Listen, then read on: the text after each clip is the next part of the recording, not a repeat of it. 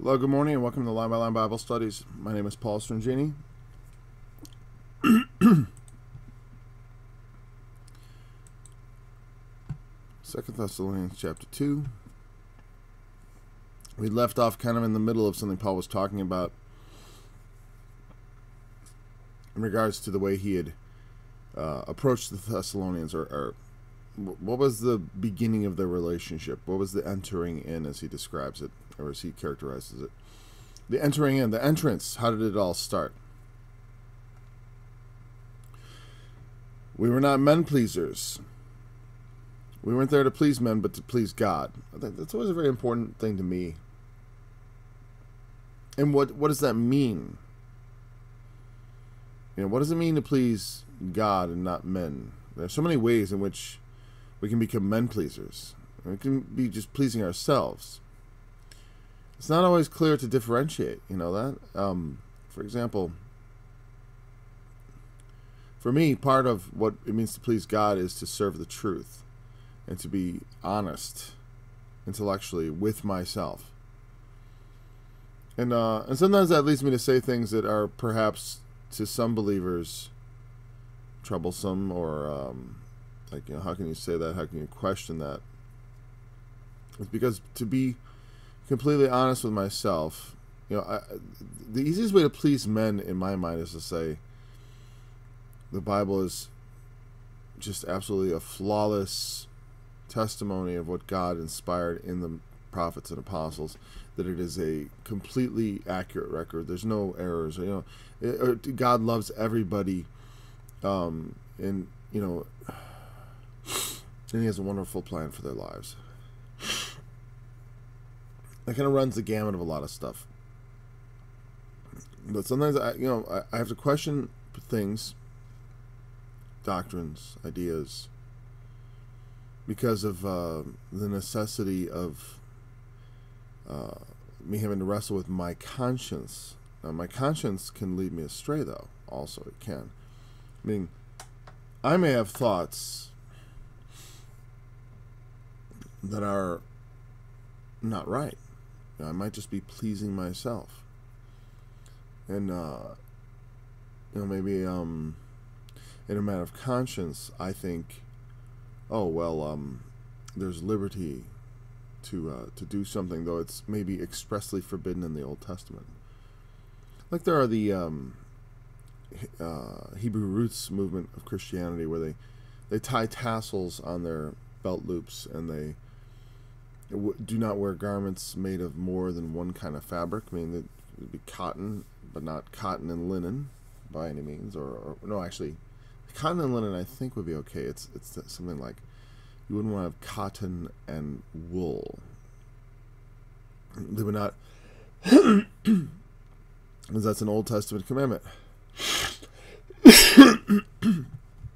Maybe they never eat anything forbidden under the dietary restrictions. One second.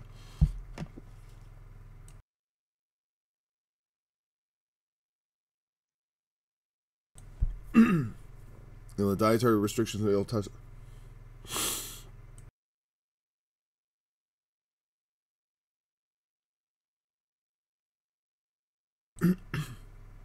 So as soon as I start talking, things would start coming up. So they avoid pork and such things.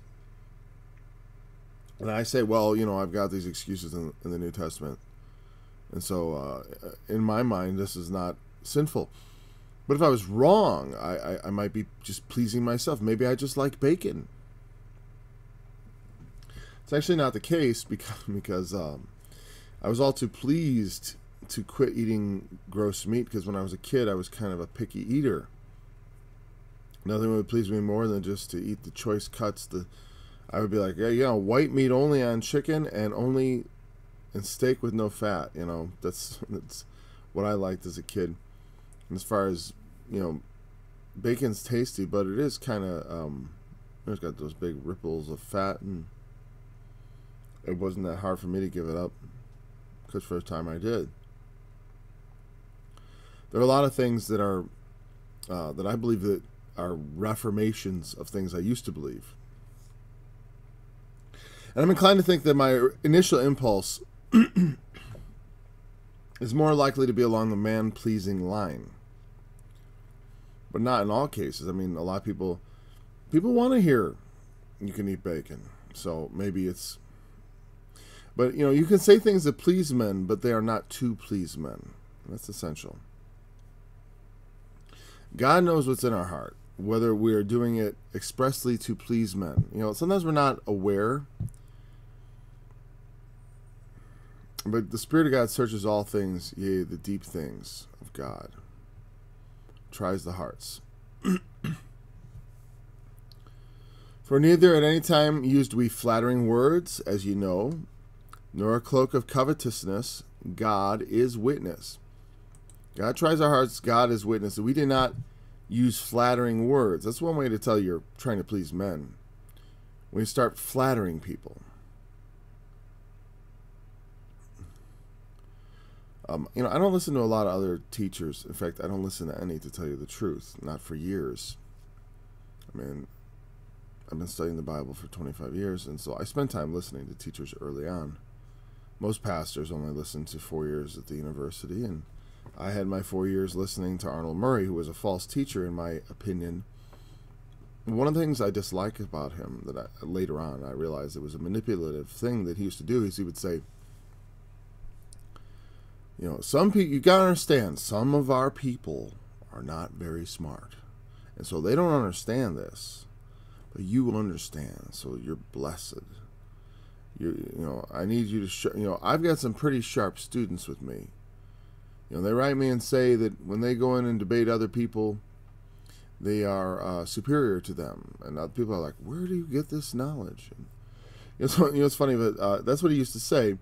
Things like that, and it's flattery, and it, you know, if you understand what I'm teaching you, then you're pretty smart. But if you don't agree with me, well, then you might just be a bit stupid.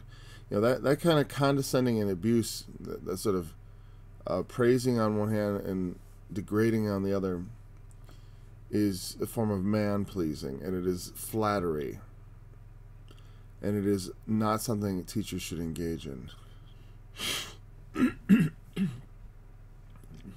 What you end up is, and people have complained this to me, that well, he's got some of his disciples, some, not all, are notably rude and obnoxious. And because when you use flattering words and you try to please men, you attract sort of the worst kind of people. The people who need the most to be rebuked, to be instructed in the ways of righteousness.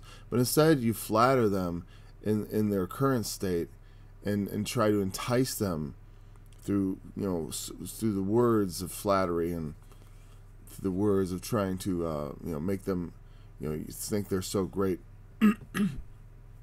Well, they latch on to that, and that's why, and they become vicious attack dogs, you know. And I've got a lot of haters, but like I don't mind the haters, because, you know, they don't really do me harm. All I do is spread, you know, my name, you know, and so I can't complain about that.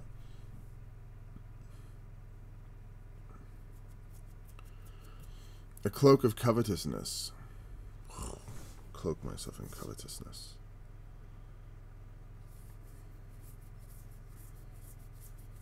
Usually the covetousness is what gets cloaked, though, is it not?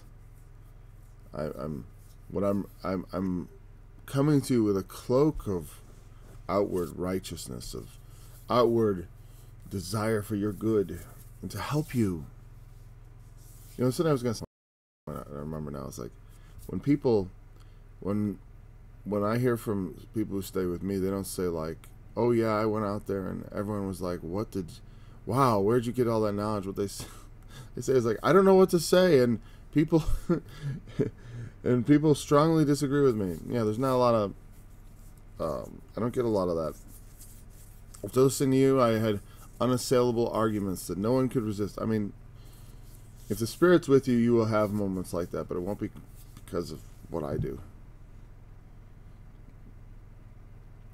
So the cloak of covetousness basically where your true purpose is covetous. We're looking for money or for some profit I can get from you.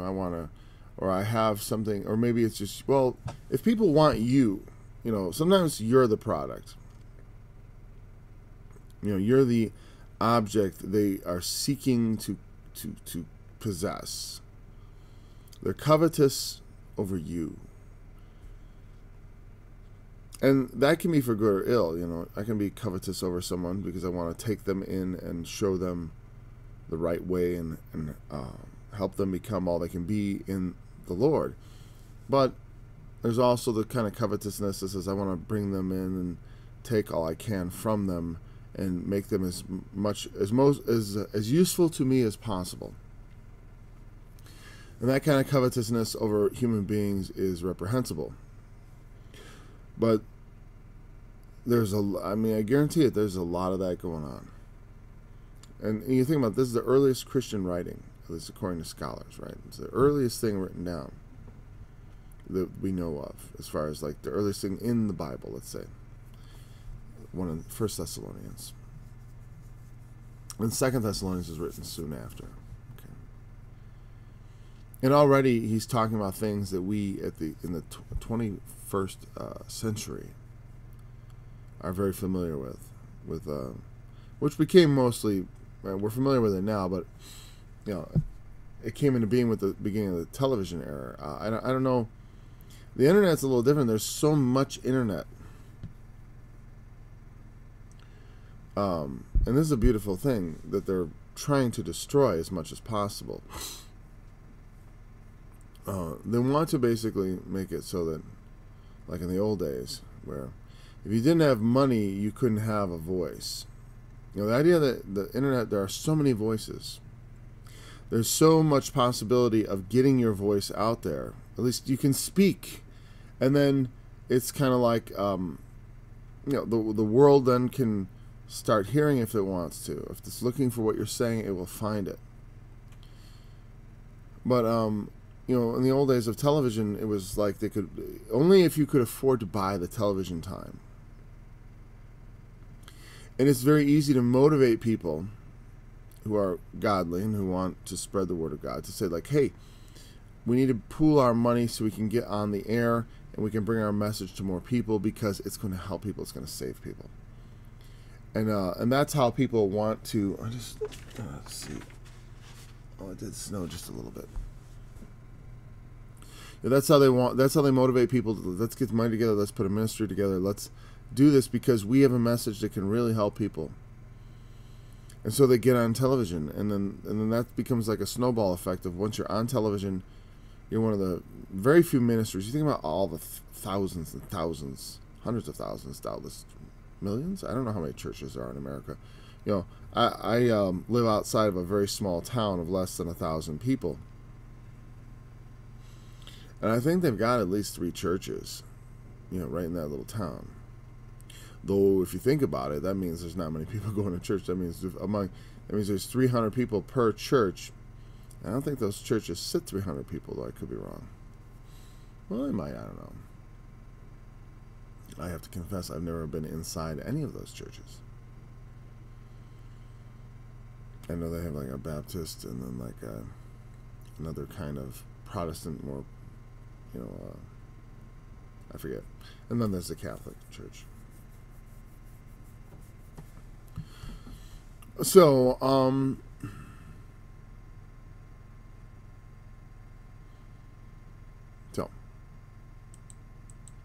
but the internet is much more democratic. I was trying to avoid that word. I don't like it. But it allows people to have a voice, and then people can gravitate towards something. And the world, the men of money or who like to control what you think, don't like this, and so they want to make it so that you need money first. That's what they really desire. They want to shut down independent voices so that only the powerful can really speak or be heard. Well, they would certainly prefer it that way. It's because they covet you and your mind and your money. And they want to make sure you put it to whatever use they deem is best. Nor of men sought we glory, neither of you, nor yet of others, when we might have been burdensome as the apostles of Christ. I mean, we're the apostles of Christ. We might have been a burden. We are the apostles of Christ. These are important men. We didn't come there to seek glory, not of you, not of others. We could have been a burden as the apostles of Christ. Christ is this big movement, this thing, causing much controversy,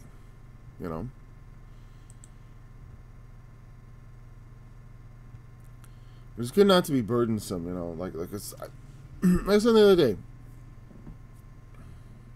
The scriptures say we are elect.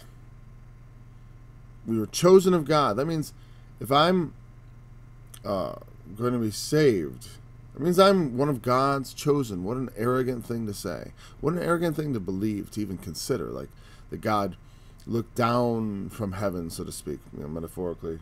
He looked out of wherever, because this idea that he has to look down. He looked across the table at me. He looked up from beneath from me. There's a scripture I really like. I'll quote it for you now. I know the words, but I want to get the... do I have to get the scripture? Oh, you'll want to know. You'll want to know. Whither shall I flee from thy presence? And where shall I hide myself? The exact words do escape me.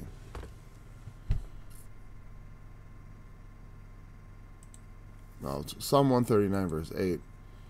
But I prefer I like to read from verse 7. Whither shall I... I'll just read it. Psalm 139, verse 7. Whither shall I go from thy spirit? Or whither shall I flee from thy presence? If I ascend up into heaven, thou art there. If I make my bed in hell, behold, thou art there.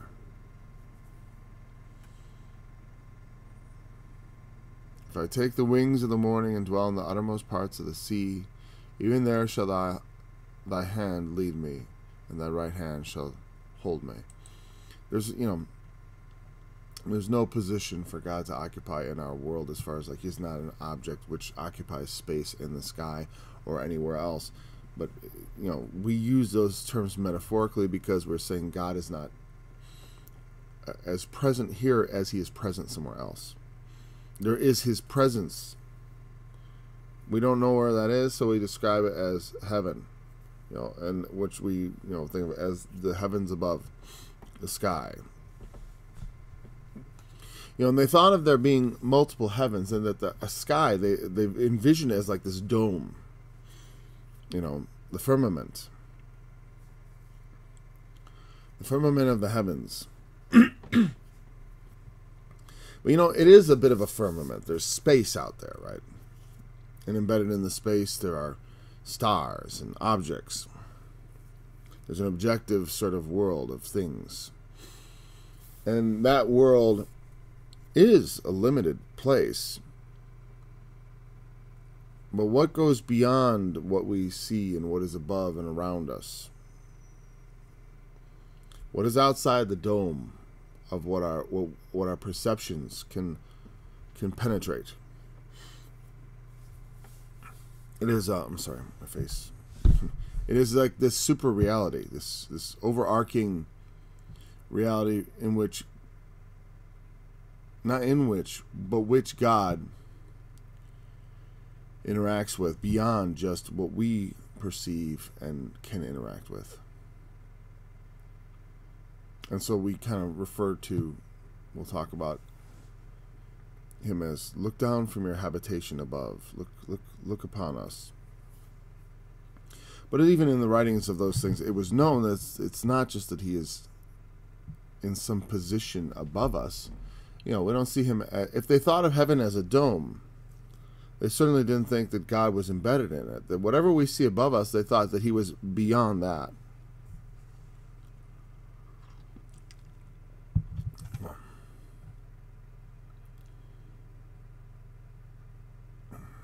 But we were gentle among you, even as a nurse cherisheth her children. I don't know how I got off on that track about the heaven, but it's all right.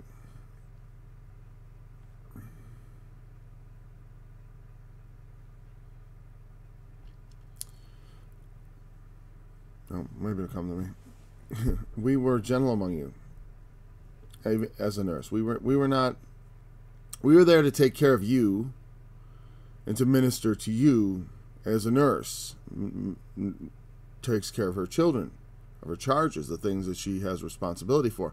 We were there as responsible for you, not seeking our own glory, not from you or from anyone else.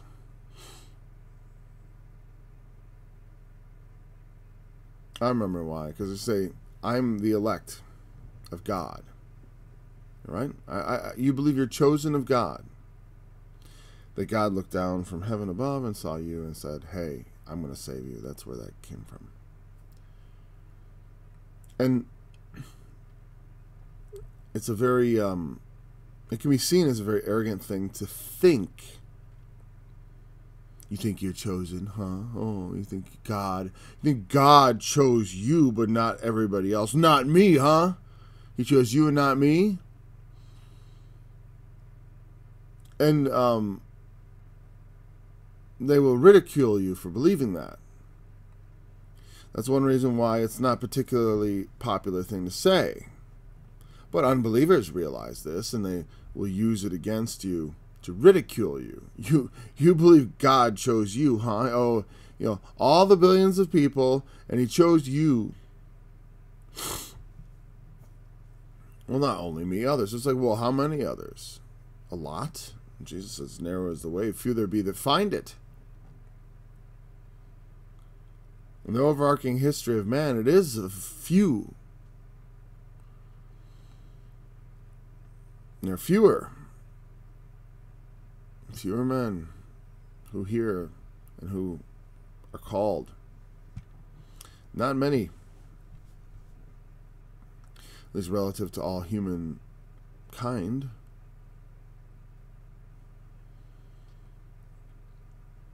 So when they come in, when he comes in as the apostles of Christ, that's quite a lofty thing. What you're saying when someone is an apostle of Christ. The apostle means someone sent forth like as an official emissary of who? Of Christ, of God. Not to believe only that God has chosen you, but that God has sent you on a particular mission. Like, I've been sent by God. Now that's that's a claim that is even more, will seem arrogant, or it's going to be difficult to say that sort of thing. And for some people, they won't find any trouble saying that. God has sent me. Yes, he sent me, and he wants me to gather resources from you so that I can talk to more people about resources. Because by giving resources to me, as I preach the message of resource redistribution, you will get more resources because God respects that. Because you're giving to me to bring this message of hope and prosperity to other people. Well, by giving me your money to do that, God is going to richly reward you. You want to talk about cloak of covetousness.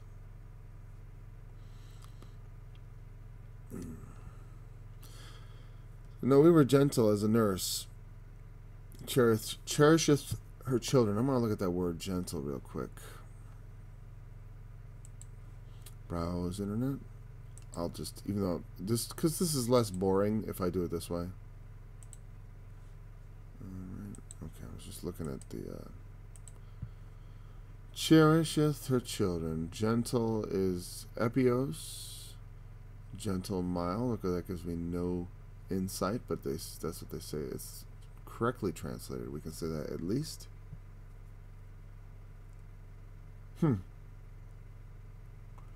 Interesting. That can't be right.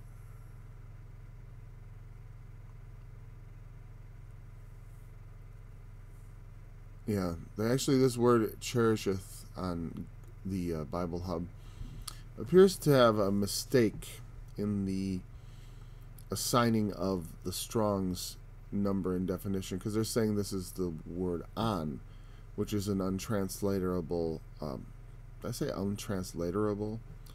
Well, an untranslatable article from Greek. That is not the word there. I'm sure it's not, but I'm not going to look it up. This probably means cherish. It wasn't what I was interested in anyways. I was interested in just the gentle. Because we can infer the meaning. How does a nurse deal with her charges? You know, with who she's given responsibility for. And I had to look up nurse real fast. Only to find that it means trophos, a nurse. Well, shock. Okay, down that useless track. So, about the idea of gentleness, of seeking out what's best for the other person, you know, that is what a nurse does. You know, think of it as like a nanny. You know, they are charged with taking care of people, and they do it. That's their job. It's not to take advantage of them. A nurse isn't there to be served by the children, but to serve the children. He's saying that's how we behaved among you, as someone who is responsible for your care. Not, we didn't come there as like, we're the apostles of Christ. We're pretty hungry and we'd like some beds, and maybe you could provide a few of your women. You know, that was not their way they came. They didn't come seeking glory. It's like, and we could maybe have a party later on where you could introduce us to everyone, and you could perhaps get some cheering going, and some, you know, we could do a few chants about the apostles of Christ, the apostles of Christ. We are so great. No. Even though we were the apostles of Christ and we could have been burdensome, we came to you as servants. So being affectionately desirous of you, we were willing to have imparted unto you not the gospel of God only, but also our own souls, because you were dear unto us. Souls means like our own selves, the very essence of who we are. It doesn't mean like we're going to rip our souls. You know, we're not going to take our souls out and give them to you. It's a figure of speech. You know, it's like you say you put your heart and soul into something. You never heard anyone say, I put my heart and soul into this table. So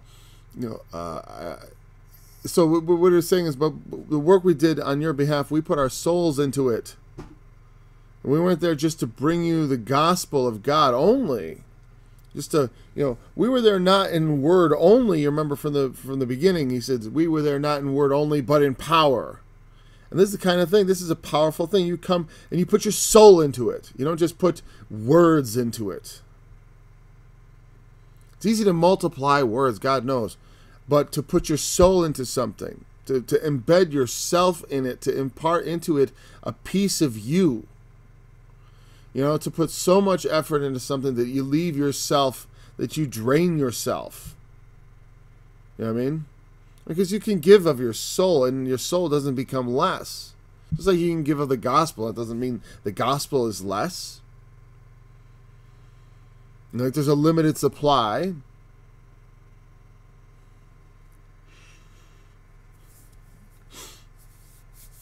It's like everything. There's, you know, it's not something that's in short supply. Unless you're stingy with it. Unless you're, for some people, they have not much soul. And therefore, there is not much of them to give because there's not much of them there. They are not really there to share anything. They have nothing to give, but they have words. They have words to give, to get from you, and to extract from you the things they desire of you. And when they want to make you into merchandise, they want to make you into their disciples, they want to make you into their supporters, it is not for the good purposes of the gospel, but rather that they may profit themselves of you, and that only. And that is their motivation for doing what they do. But he's saying, you know how we were. We were affectionately desirous of you. I mean, we had desire of you, but through affection.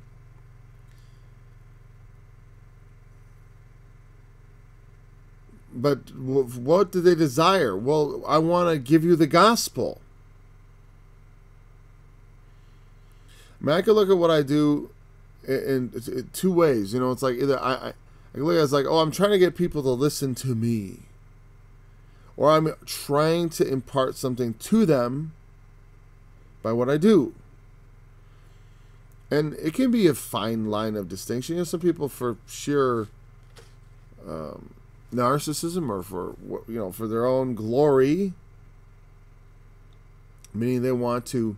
What is glory? I think I mentioned that the other day. I was like, it's hard sometimes to even define. We kind of know it, right? We should know it, but if we don't, we're like, well, what's glory? Glory is like the parade where they cheer and the guy is standing in the car, and it's like when the Caesars would come back triumphantly and ride through the city of Rome as the people were cheering. But because this disturbed people, they made it so that they would have a slave ride with him and whisper in his ear. What did they whisper in his ear? God, I forgot. Too many facts. Too many. They would whisper a Latin phrase that, basically to remind them that, that the glory can be fleeting, that you are also human, that they should not think of themselves as more than they were, as like because you get cheering crowds. It happens to stars of all kinds. That's why they all start thinking like, you get up on a stage and people just start cheering, right? And what do? Well, I sing, I act, I do whatever. I mean, I sing and act. Nobody cheers for me, that's for sure. But but you get all that cheering. You start thinking like, well, everybody likes me. And then you start thinking, and you think, well, the thoughts I have must also be just something people want to hear. So they start talking. That's why you get celebrities trying to advise everyone on everything that they have no knowledge of. Well, they have some knowledge, of course. I don't want to just insult people. Jeez, it's not nice. They watch politics, they watch things, they have things to say that they think are right. But the reason that, let's say that the degree to which they think what they say is significant or people ought to hear is based on the fact that, well, people cheer for me when I talk, so they're just so accustomed to being heard, or people wanting to hear what they say. I guess that they presume that whatever they say must be important, or it gets sort of conditioned in them. They probably don't think it through.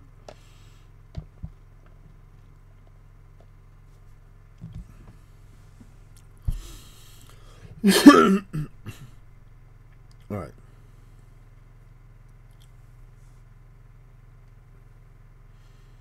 You are dear to us, so we want to impart to you our souls. We put our souls into our work in you because we held you dear.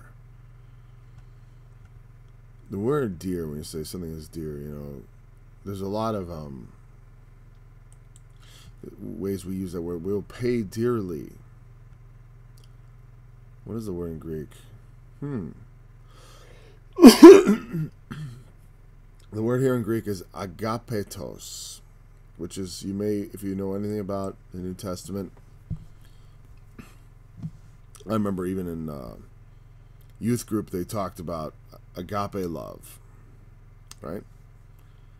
A lot of Christians learn there's different kinds of love. I already mentioned agape, philia, eros.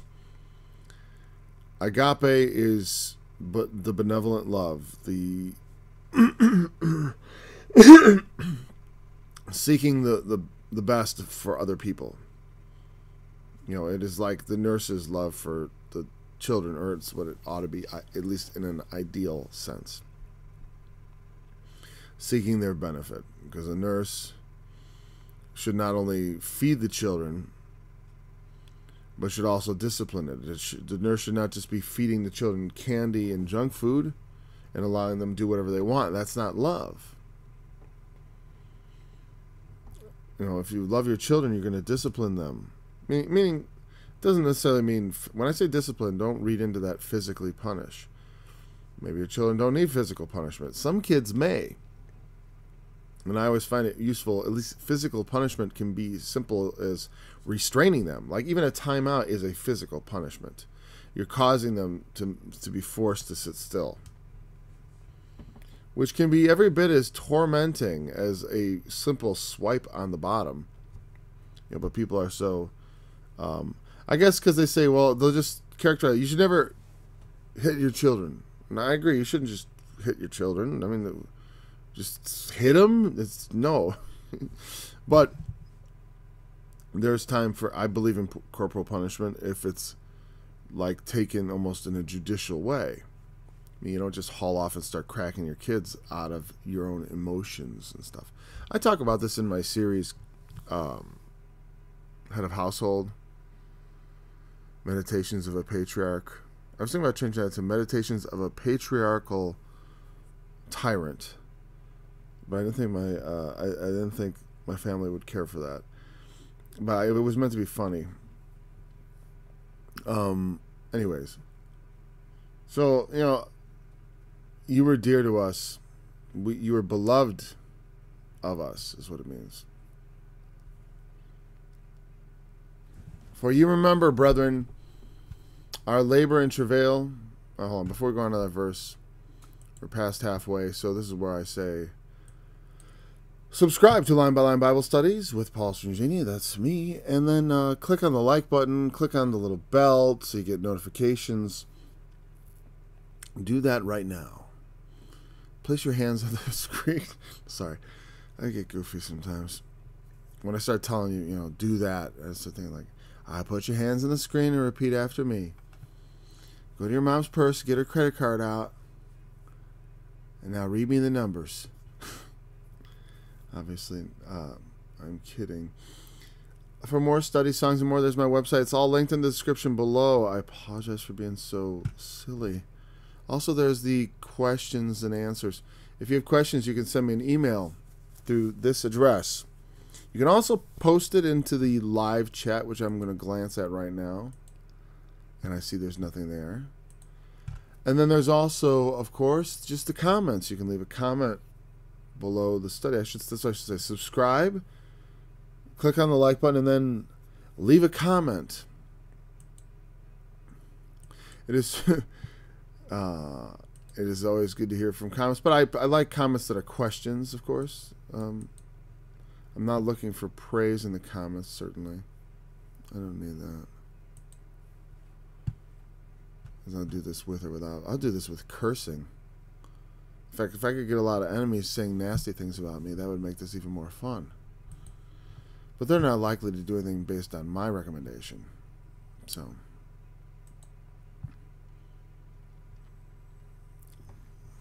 my eye has to be all dry today, doesn't it? Ugh. All dried out. I feel like I just want to go like this. I want to teach with my eyes shut today. Being affectionately desirous of you, we were willing to have. I said that verse. Okay, for you remember, brethren, our labor and travail.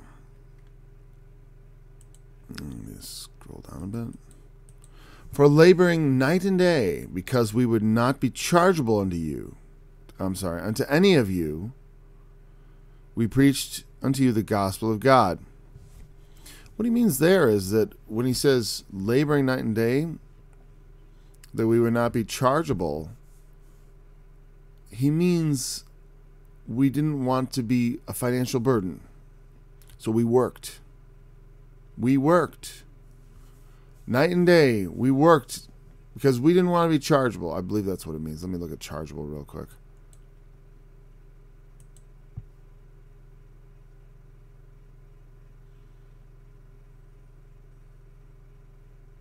Yeah, to put a burden on. We didn't want to be a burden to you.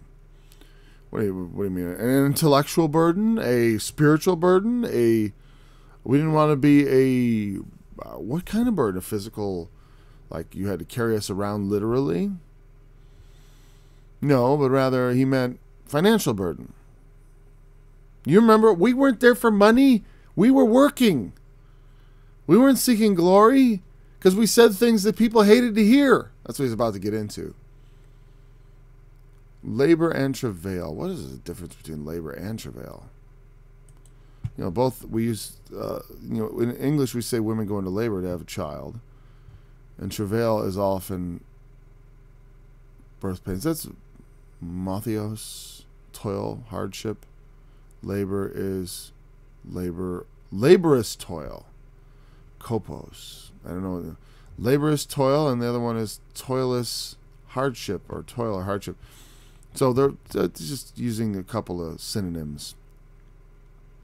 Words of basically the same meaning.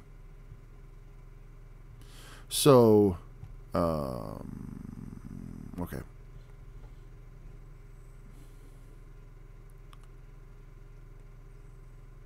We toiled. We worked. And we weren't just there in leisure. We weren't there to please ourselves, to take your money, to make merchandise of you. We weren't seeking glory. We weren't there as men pleasers. We were there working, not only in the gospel, but to support themselves. Paul was a tent maker, and he practiced his trade while he went about preaching the gospel, because he didn't want, though there were times later on, like when he was in prison and stuff, he couldn't practice his trade, so he was like, thanks for the money, people, thanks for supporting this ministry, because it's like sometimes it's useful. There's that, you can't be out for money, but there's nothing wrong with accepting money. I mean, I accept donations, I do, but I don't seek them actively. I'm not here to extract money from people. I'm here to impart wisdom. But if I became unable, or God only knows. Sometimes I do go back and forth between, should I be full-time at ministry, or should I just keep trying to build my business? I was thinking, I kind of got to build my business because my sons are all interested in that, and I need to help them get started in the world. And maybe later I could go into full-time ministry, but I could certainly do more ministry and stuff, and it would help, et cetera, et cetera. But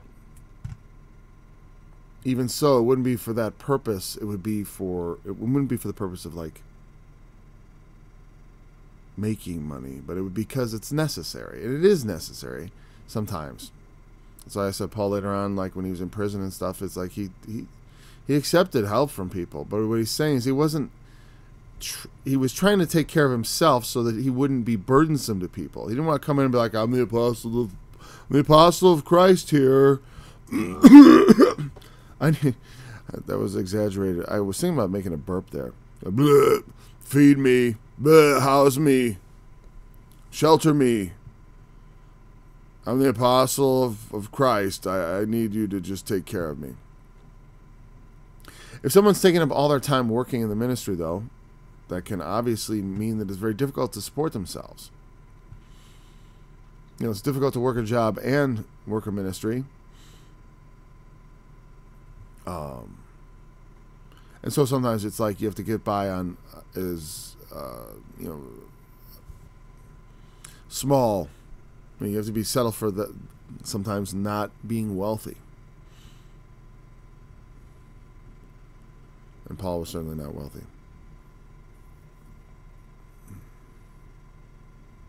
Ye are witnesses.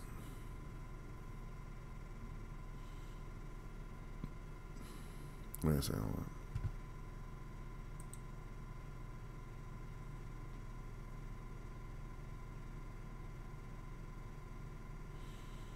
And they were there to preach the gospel, not to be burdens. Ye are witnesses in God also how holily and justly and unblameably we behaved ourselves among you that believe. As ye know how we exhorted and comforted and charged every one of you as a father doth his children. Yeah, this should be that's an analogy that we all understand, right?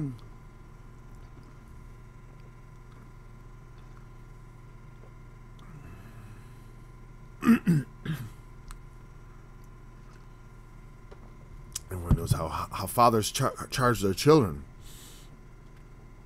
how they exhort, comfort, and charge their children, you know. You're all familiar with that. I know I'm being facetious, and I'm trying not to be so facetious it becomes stupid. But, verse 10, he's saying, you saw us, how we were holy among you. We walked holily. We walked justly and unblameably. And we couldn't be, usually unblameable, and I'm going to look it up. It usually means you can't be charged with anything like a crime or some sort of like wrongdoing. You know, I guess that's the same thing as blame. Ameptos.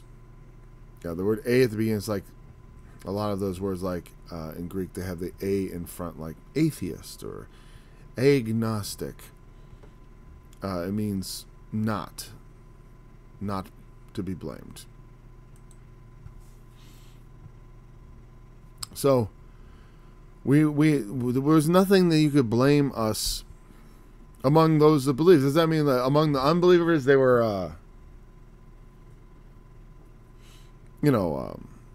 otherwise? Well, unbelievers a lot of times, or the enemies, might very well not be very gracious in their assessment of you. And these are things that they may accuse you of. Now, these men have come only to take money from you, and they've come, they have a cloak of the gospel about, they're preaching some message, but here's what they really want. They're looking for glory, they're looking for this, they're looking for that. All kinds of accusations. Because he's going to mention Satan soon, and that's what Satan does. He's called the accuser of the brethren. Satan is the enemy. In fact, his name means the enemy from Hebrew. Satan in Hebrew means enemy. That's why when you talk about the Assyrian, and when you talk about the king of Babylon, and when you talk about the enemies of Israel, you're talking about Satan. Because the enemies are the types of the enemy, the ultimate enemy. And the ultimate enemy is in a battle over your heart, over you, speaking to you, seeking to lead you astray, just like as Jesus was tempted in the wilderness. The word devil means diabolos. It is an accuser, an adversary, like in a judicial sense. The judicial adversary, the one who is your opponent in that sense, an enemy in that sense. He is not merely the enemy, but the one who is speaking against you. I mean, that's what diabolos means.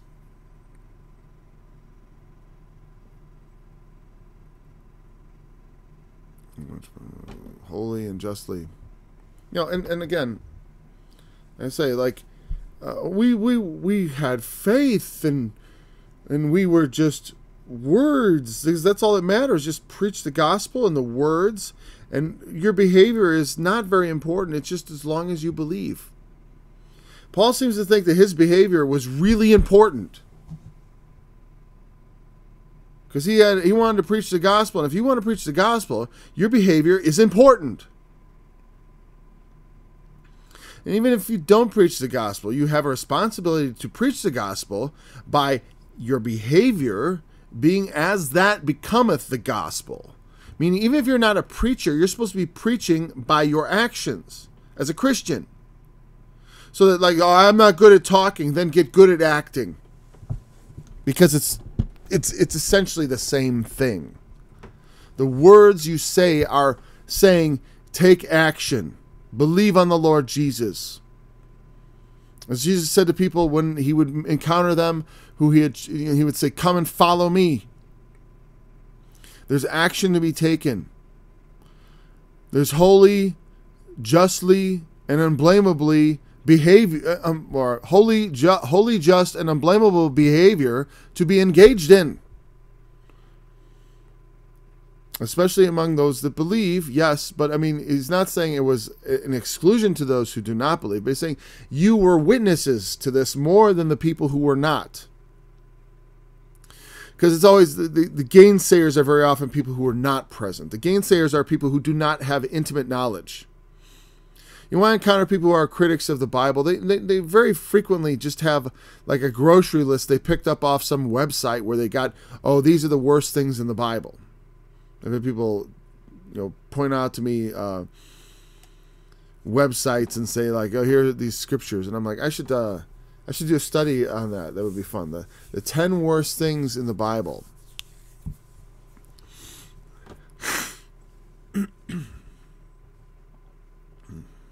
But again, just because it's in the Bible, I mean, it's in the Bible. And it didn't even include the part in Isaiah where the guy tells them that they're going to have to eat their own dung and drink their own piss.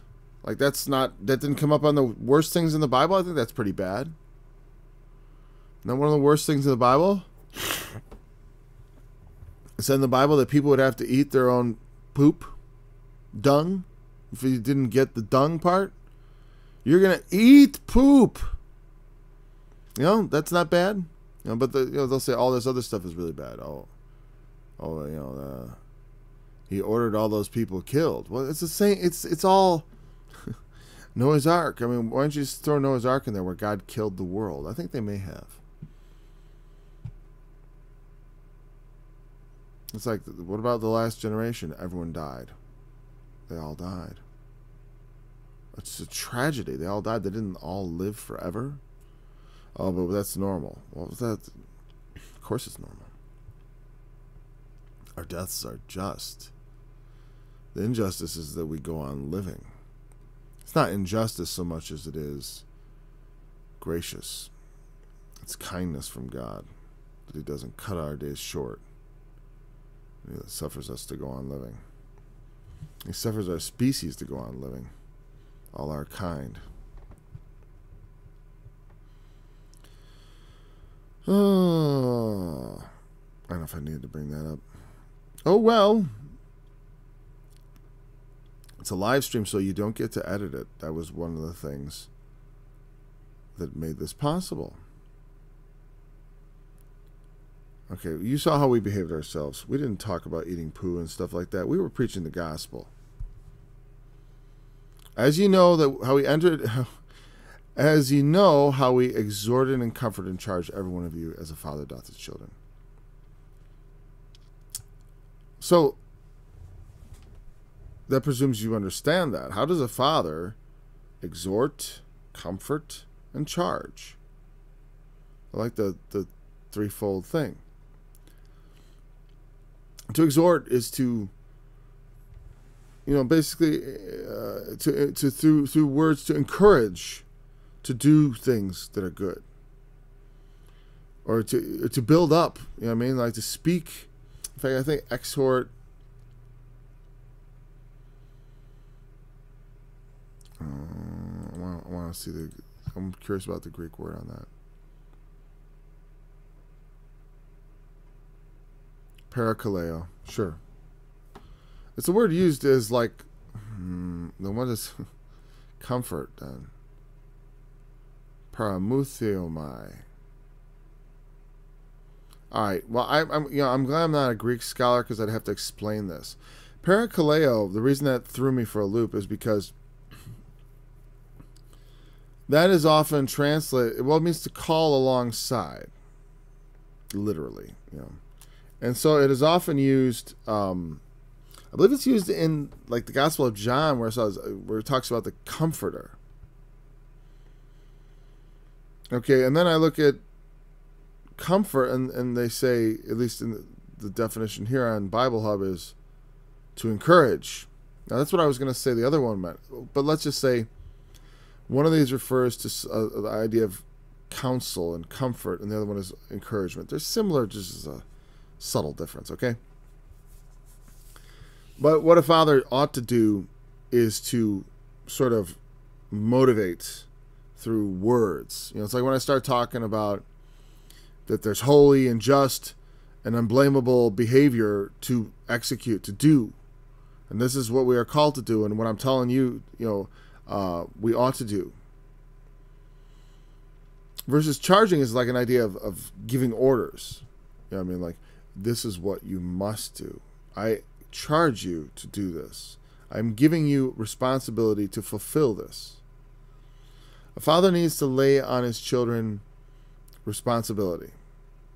He needs to give them encouragement. He needs to inform them about what they are to do and what they are to expect. The comfort of a father is not the comfort of a mother. I mean, it's different. This is comfort. I don't, I call them to my side to give them counsel. The comfort of a father lies in his strength, in his reliability. Like if you're not going to feel a father weeping with you. I mean, not to rip on that, but I'm just saying like a mother's comfort that sort of says, oh, honey, blah, blah, blah, blah. It's like, that's not what people really need from a father, unless they don't have a mother. A father's comfort is generally going to be different, is that you will take comfort in the fact that your father is strong and reliable. It's the comfort of a solidly laid post that's erected in concrete and buried deep under the earth. It's strong, it's tall, it's immovable. It'll be there. We want to be reliable. We want to have good words. We want to speak the words that create action on those that hear them, and also to give them, to lay responsibility on them, to charge them with what they must do. That's what a father does for his children. Not that you can't hug them or whatever. If you are a particularly affectionate person, that's fine. But when it talks about the comfort, it's not the comfort of affection. You did make me hope upon my mother's breast. The mother is all about softness and about that kind of comfort. Because I have really very little in the way of that to offer. But what I offer is something that a woman could try to do or be. I mean, women can try to be men. They do. But they will never, it's just, they're never going to be as good at it as a man is. Right? Oh, shock. When you try to be a man, you're not going to live up to a manly standard no matter how hard you try. Because you're not a man. And then you will be neither man nor woman and fail, you'll be failing at both. Now sometimes parents, when they're single parents, they're forced to do everything. And which means they ultimately end up doing nothing well. That's the, maybe, but here's the thing, is kids are, as far as your children and stuff, don't get too freaked out, because it's like, kids are resilient. They don't need you to be a perfect parent. They just need you to be a parent, right? I'm talking about an ideal. I'm striving to be ideal. Why do you feel offended if I say things like this? Because you want to be the best you can be. Good. It's good. You should want to be the best you can be. You want to do the best job you can be. You want to be the best parent for your children. You want to be the best Christian you can be. You want to aim for, I want to be a better Christian. But here's the thing. You want to aim at something higher than what you can even do. You know what I'm saying? People have no problem if I say, oh, well, you got to live up to Christ. Right? I'll say that, and they'll say, well, they can accept, oh, I can never quite live up to his standard. So if I tell you, you can never be, especially if you're a woman, you can never be as good a man as a man, much less be as good as the ideal man. Don't take offense. Do you not already yield that you cannot be better than the best? Than the utmost?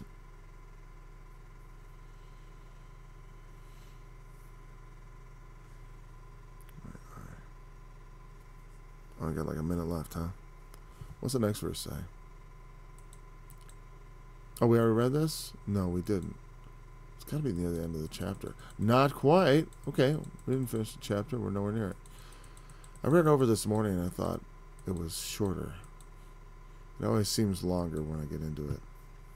Well, I knew it's like every one of those, there's like words that I see in the scriptures that to me is like power right there to speak. I have like, it gives me like, I'm going to talk about this when I see things like comfort, charge, I'm going to charge you. You know what I mean? It's like, well, what do we charge? We charge like our charge cards, right? We bring about a debt, right? We bring about a debt. We incur debt. What it's saying is, you owe this. That's what I do. You owe it to yourself and to me as your father. Yeah, I charge my children. It's like, don't embarrass me. Don't, the things that I charge, like, you never speak disrespectfully to your mother. That's a charge. And why do we do these things? I'm going to include this verse in this study. That ye would walk worthy of God, who hath called you to his kingdom and glory. God has called you to his kingdom and glory. Walk worthy of it. That's the work of faith. Walk worthy of the kingdom which you have been called to, of the glory of God. You've been called to the glory of God. Act like it. So many Christians, it's like, I'm receiving this great gift of grace, and I'm going to heaven, and I'm going to walk however I please, because all I have to do is believe. And while most Christians don't think that way, Christian preachers preach gospels that make people think that. Or maybe let's say they don't think it, but that is how they live out their Christianity. Or at least they'll dogmatically say that's okay. That, yeah, if you believe, you're just saved forever, just on the action of belief. That moment created a magical spell which can't be broken. There is no magic spell that your faith creates. Your faith does not create a magic spell that cannot be broken. God's grace and mercy is something that we cannot break. If God has decided to be merciful to us, he's going to give us sufficient faith. He's going to send sufficient word. He's going to send all these things to help us walk worthy. I do believe that. I believe that there's a great security in God having chosen you. But in you having mouthed faith or believed in your heart, like, maybe it's real. Or Jesus is real. Or maybe he really rose from there. Or he did rise. Whatever you think, you say you believe. Because I believe it. But, like, how strongly do you believe it? I look at my life and I say, well, I believe it, but apparently not that strongly. Because I think that I should, if it was like embedded in my being, that it was real.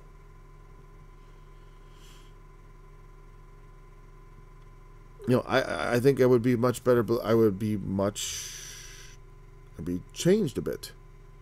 Much changed?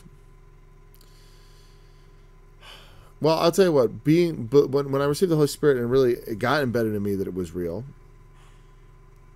especially at that moment, it did change me a lot. But it's hard to keep it real all the time. Keeping it real.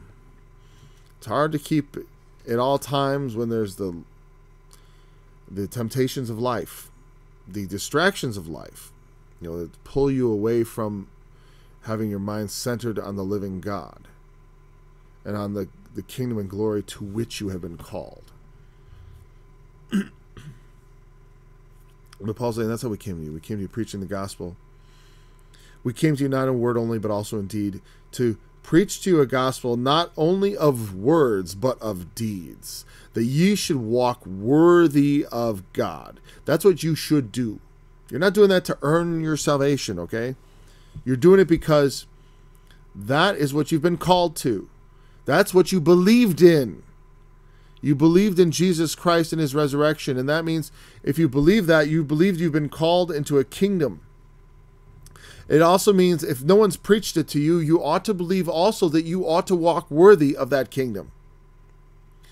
And if you do not, if you walk it in an unworthy manner, I got lots of scriptures to demonstrate that will result in a unthinkable disaster for you, as you will find yourself shut out of the kingdom. Not only in the world to come, but even in the world right now. Your life is going to be miserable. You won't be experiencing the blessings of God the way, you'll think, why am I not blessed? Why are things not going my way? The reason's right there. He's called you to his kingdom and glory. It's like, well, I understand you have unsurmountable problems, but there's God there ready to intercede and to help you. In fact, that's why he sends preachers. You pray, oh, I need more understanding. Here's your understanding. Okay, anyways, thanks for joining me in this study. I look forward to studying with you again tomorrow. Am I right that I went 5 minutes over? Perfect. I always like to go a little over. As I looked